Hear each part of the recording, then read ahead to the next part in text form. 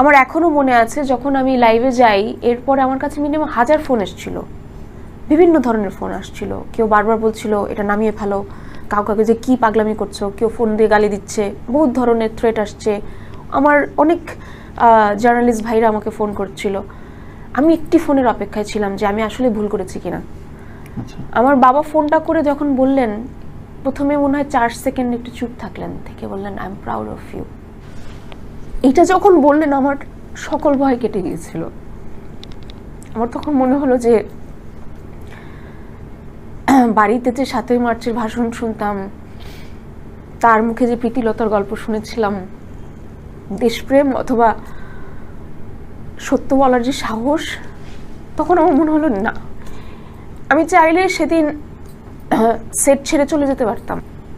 আমি যাইনি, আমি গা ঢাকা দিতে পারতাম, আমি দেইনি।